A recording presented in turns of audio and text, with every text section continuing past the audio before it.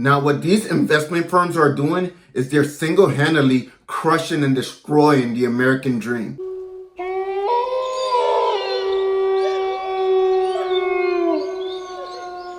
Hello there, it's Nat here, aka the Wolf of Watertown, and today we're going to be talking about investment firms that are crushing the American dream. But before we get started, make sure to like and subscribe to my channel, and also if you haven't already, find me on Instagram at Wolf of Watertown and give me a follow. But without further ado, let's get to the topic. So while scrolling the interweb last week, I came across this article and it was very disturbing to me. But after reading through it all, it started to actually make sense. I got a question for all of you. Have you tried buying a home recently? Well, if you have, you've noticed one thing, and that's that prices are completely out of control. And to couple on with that, interest rates are high as well.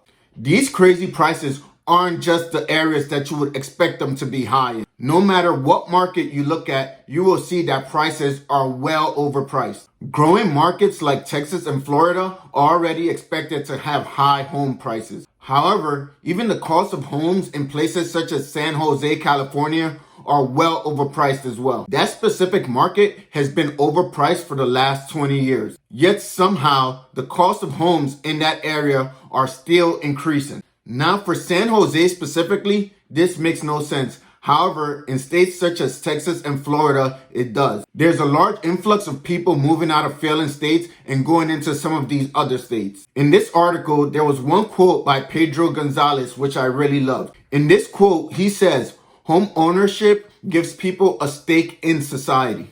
It's a way to build generational wealth." Wow.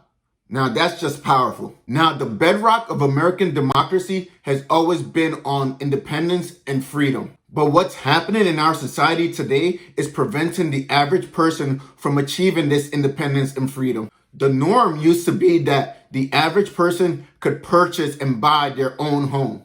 They could actually own something, anything, but this gave the person a stake in the country. But as you can guess, this is changing and changing very rapidly at that. This country is officially becoming a country of renters. So ask yourself, why exactly is this happening? Well, let's dig in deeper and I'll explain exactly why our country is becoming a nation full of renters. What's happening is that investment firms such as BlackRock are literally crushing the American dream. These big firms are purchasing single-family homes at a rapid rate. Just recently, BlackRock bought a whole block of single-family homes in Florida. And after they purchased the homes on the whole block, they turned around and now they're renting them to average people like you and me. So now let's take a step back and think about what exactly this will do and what exactly this means. So back in 2020, there was a family who decided to put their house on the market for sale. It was a 3-bedroom, 1-bathroom house in New Jersey. Nothing special. They listed it on the market for $399,000. The reason why they were selling was because they were looking to relocate because of job purposes. And can you take a guess as to what happened when they listed their home on the market? The family received multiple offers over asking price, in the 6-figure range. The family ended up selling their house for $542,000. That is more than $140,000 of what the family was actually asking for. So after finally selling their home, they decided to relocate and try to purchase a new home for their family. And take a guess, just take a guess as to what happened while they were in search of a new home. They absolutely struggled to find a new place to call home because of the very little inventory of homes on the market. So, with the help of their agent, they decided to lower their criteria. And instead of getting into a move-in ready home, they decided to settle on a fixer-upper. So what exactly is going on today in the real estate market? The Wall Street Journal decided to dive into this issue and they finally found out what was actually going on.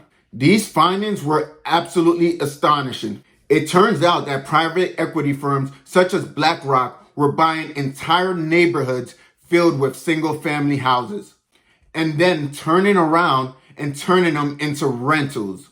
Today in Houston, big investors account for 1/4 of all of the home purchases. So you can't help to think, What exactly does this mean for our country? Is the bedrock of American democracy still going to be independence and freedom? There used to be a time in this country when the working class was able to own their own home and mow their own lawns. Owning something made them vested in the country. But now we're nothing but a high-speed nation of renters. All people and government must avoid the impulse to live for today, to plunder for our own convenience and ease the resources for tomorrow.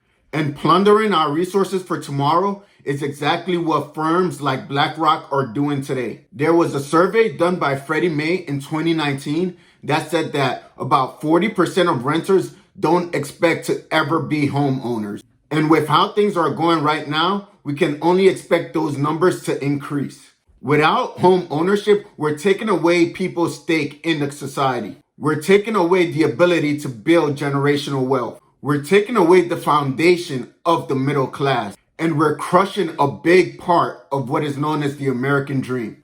Permanent capital is doing just that, crushing and destroying the American dream. What they're essentially doing is saying, hey, we expect you to own absolutely nothing and still be happy. And if they're controlling whole neighborhoods of housing, this almost becomes sort of like a monopoly, in where they're able to raise rental prices however they see fit. And the renters have no choice but to meet this rent. So there's more to it than just that. By gobbling up all the single family homes, they're leading to something much worse, which is a future pricing bubble for the home market. And this bubble is going to be driven and speculative, and it's all due to these investors. And now here's the $1 million question. When this bubble inevitably busts, who's going to be responsible for cleaning up the mess? Well, we don't know for sure, but we can look at history and figure out who usually takes the burden of the grunt. My educated guess is that it's going to be you and me taking the burden. The same people that they screwed over by hijacking the rents and the same people they screwed over by hijacking the price and cost of homes.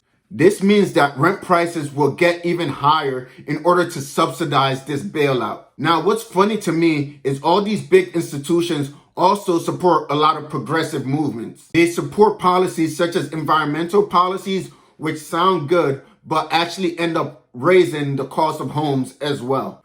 But the biggest damage to anyone in this group is the average person who has to compete against these big investors in order to buy their share of the American dream.